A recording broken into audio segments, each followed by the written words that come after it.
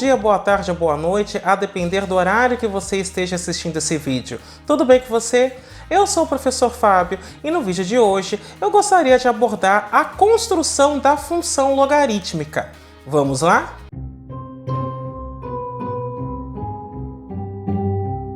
Antes de mais nada, eu vou pedir que você faça o famoso cucocô, que é curtir, ou seja, deixa o seu like, aproveita e faz isso agora que você já não esquece, comenta, ou seja, utiliza a área de comentários para continuar dialogando comigo, apresentando suas dúvidas, ou mesmo apresentando outras sugestões de outros assuntos que você gostaria que fossem abordados neste canal. E, caso você goste desse vídeo, compartilhe com seus amigos, compartilhe com seus contatos, compartilhe com aquele seu amigo que está precisando de uma ajuda em cálculo. Além disso, vou pedir para que você clique no sininho, se inscreva e ative as notificações. Dessa forma, toda vez que sair um vídeo novo por aqui, você será avisado. O objetivo deste vídeo em particular é apresentar a conceituação de logaritmo e mostrar como é que nós construímos funções logarítmicas, bem como as suas principais propriedades. Portanto, sem mais delongas, passemos aos nossos estudos. Então, para isso, eu vou tomar, no primeiro momento, este teorema que diz o seguinte: sejam A maior que zero e diferente de 1, e beta maior que zero, dois reais quaisquer. Então, existe um único gama real, tal que A elevado a gama é igual a beta. E perceba que aqui eu estarei falando de funções reais de uma variável real. A demonstração para isso é a seguinte. Então, no primeiro momento, eu vou supor que o A é maior do que 1.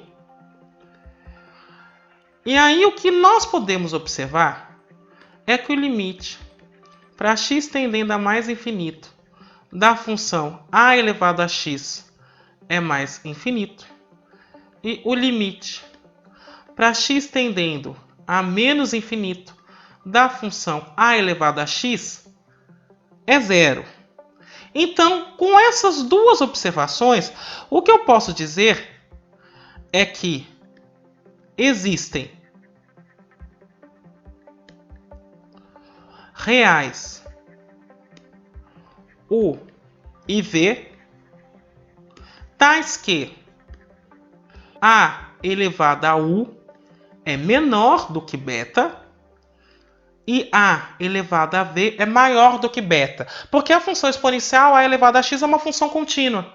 E como ela vai de zero no seu limite para menos infinito até mais infinito, então em algum momento eu posso dizer que eu tenho dois pontos do domínio de acordo com que essa desigualdade seja verdadeira. Como f é contínua em todos os reais, e em particular ela vai ser contínua no intervalo fechado UV, então do teorema do valor intermediário, eu posso dizer que existe um elemento gama nesse intervalo UV,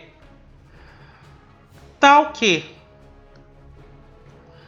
A elevado a gama é beta, já que beta está entre a imagem de U pela função exponencial e a imagem de V pela função exponencial. Agora, se A é menor do que 1,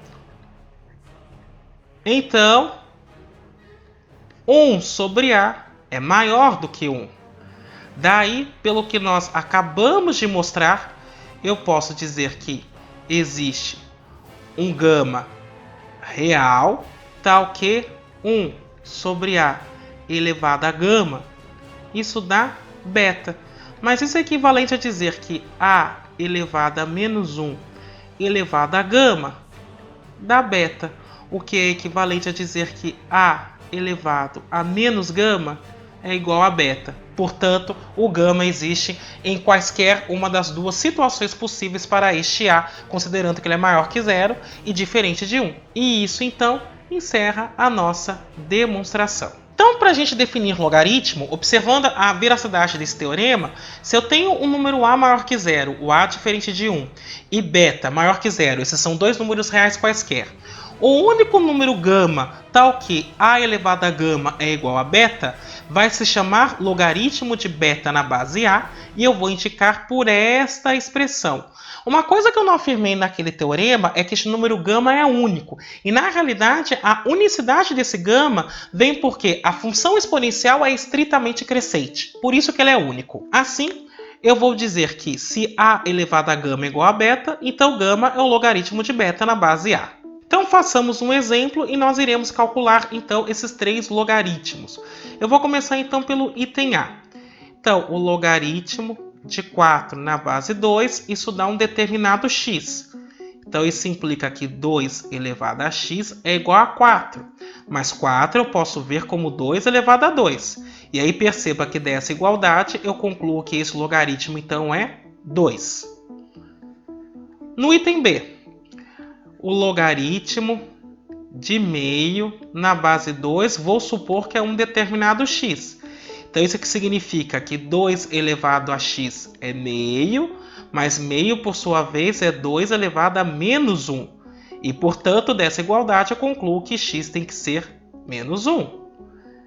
E no item C, o logaritmo de 1 na base 5. Se eu chamo esse logaritmo de x, então isso significa que 5 elevado a x é 1. Mas 1 também pode ser escrito como 5 elevado a 0. E, portanto, dessa igualdade, eu concluo que esse x tem que ser 0. Duas observações importantes é que a elevado ao logaritmo de beta na base a é beta. E que elevado a ln de x dá o próprio x, isso considerando x maior do que 0. Por que isso é verdade? Eu não vou fazer uma demonstração formal, mas eu vou fazer a ligeira observação. Perceba que se o logaritmo de beta na base a for um determinado gama, isso é equivalente a dizer que a elevado a gama é igual a beta. Mas perceba, este gama eu vou substituir por este logaritmo.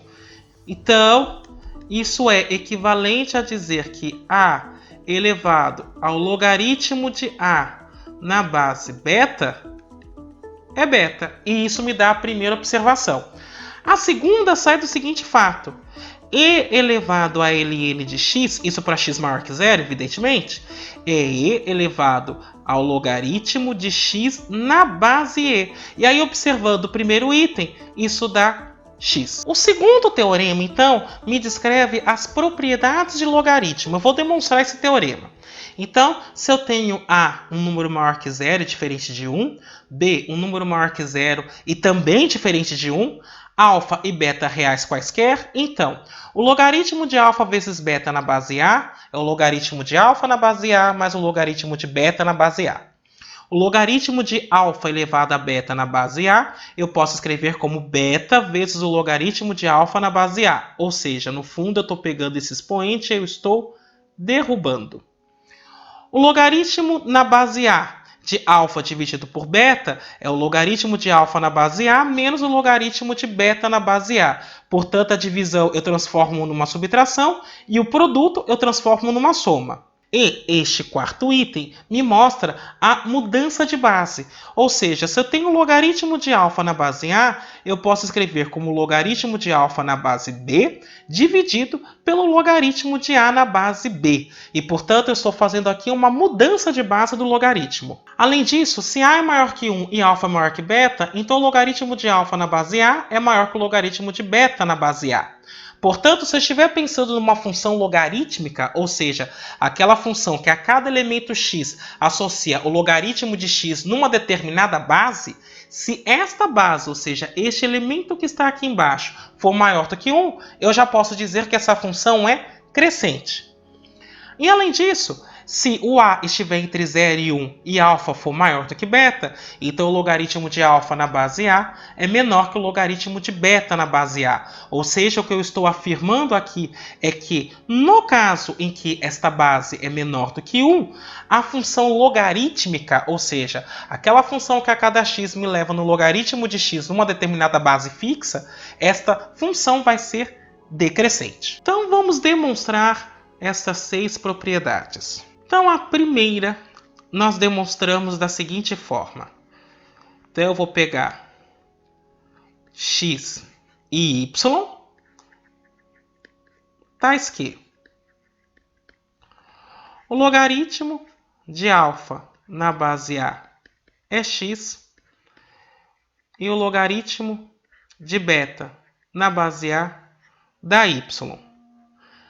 Então, o que eu estou afirmando é que alfa é igual a A elevado a x e beta é igual a A elevado a y. O que implica em dizer, então, que alfa vezes beta é A elevado a x vezes A elevado a y. Nesse caso, você conserva a base e soma os expoentes, que dá x mais y.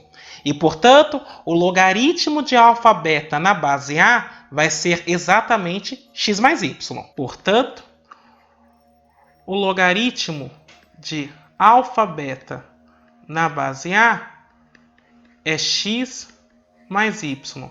Mas isso é o logaritmo de alfa na base A mais o logaritmo de beta na base A. E, portanto, a primeira afirmação está demonstrada. Vamos para a segunda. Então, imagine que y é um real, tal que este y é o logaritmo de alfa na base A. Então, pela definição de logaritmo, A elevado a y é alfa. Daí, o que eu posso afirmar é o seguinte, que alfa elevado a beta vai ser A elevado a y elevado a beta, que eu posso escrever como A elevado a beta vezes y. Mas isso me permite dizer, então, que o logaritmo na base A de alfa elevado a beta é esse expoente beta-y. Então, isso é beta vezes y, mas o y é o logaritmo de alfa na base A. E, portanto, a segunda afirmação está demonstrada. Então, caminhemos para a terceira. Perceba, o logaritmo na base A da fração alfa sobre beta, isso é o logaritmo na base A de alfa vezes 1 sobre beta.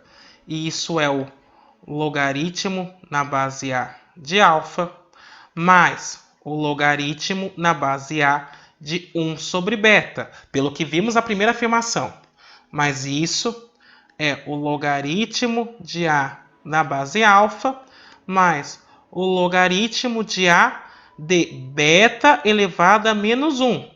E pelo que vimos agora na segunda afirmação, este menos 1 pode ser derrubado do logaritmo. E, portanto, isso fica logaritmo de alfa na base A menos logaritmo de beta na base A. E isso, então, justifica a terceira afirmação. Na quarta afirmação, eu vou considerar o seguinte, que o logaritmo de A na base alfa é um determinado x e o logaritmo de alfa na base b é um determinado y. Daí, o que eu estou dizendo é que a elevado a x é alfa, mas por sua vez isso também é igual a b elevado a y. Logo, quando eu calculo o logaritmo de a elevado a x na base b, isso vai ser o logaritmo de b elevado a y na mesma base b. Mas isso então me permite, observando a segunda afirmação que nós demonstramos, que x vezes o logaritmo de a na base b é igual a y vezes o logaritmo de b na base b, mas isso dá 1. E, portanto,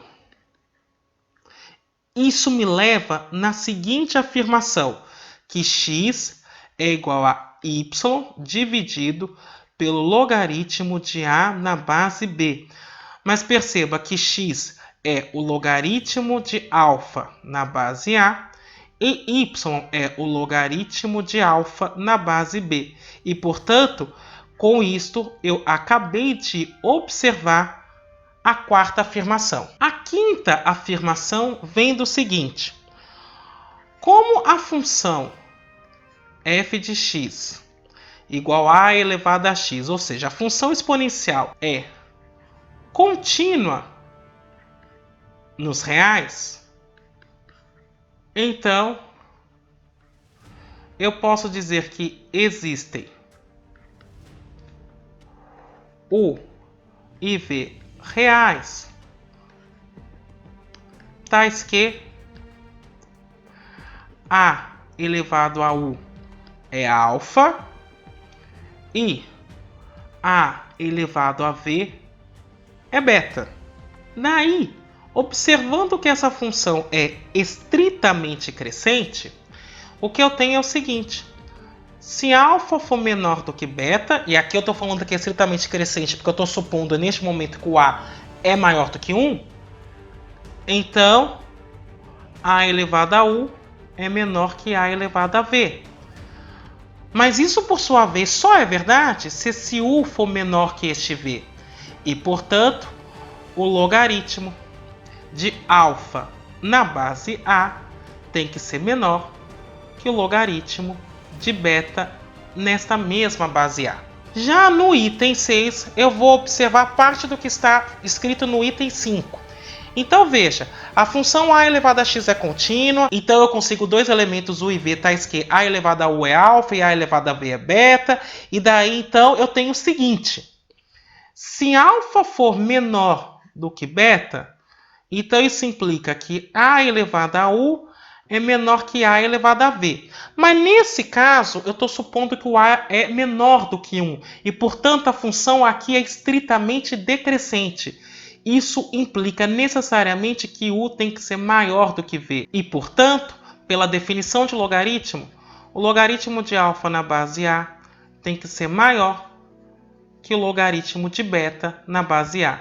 E isso encerra, então, este teorema. Só a título de exemplo, para mostrar que a função logarítmica, então, é uma função crescente e decrescente a depender da base. Este gráfico da função f que você está vendo na sua tela é o f do log de x numa determinada base A, quando esta base é maior do que 1. Nesse caso, eu estou considerando o log de x na base 2.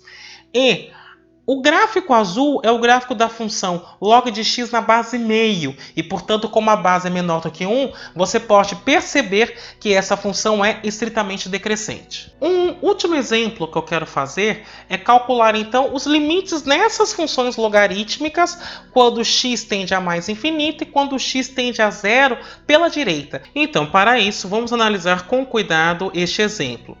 Perceba que quando eu estou trabalhando com x tendendo a mais infinito, a definição de limite no infinito é a seguinte: dado epsilon maior que zero, existe um delta maior que zero, tal que,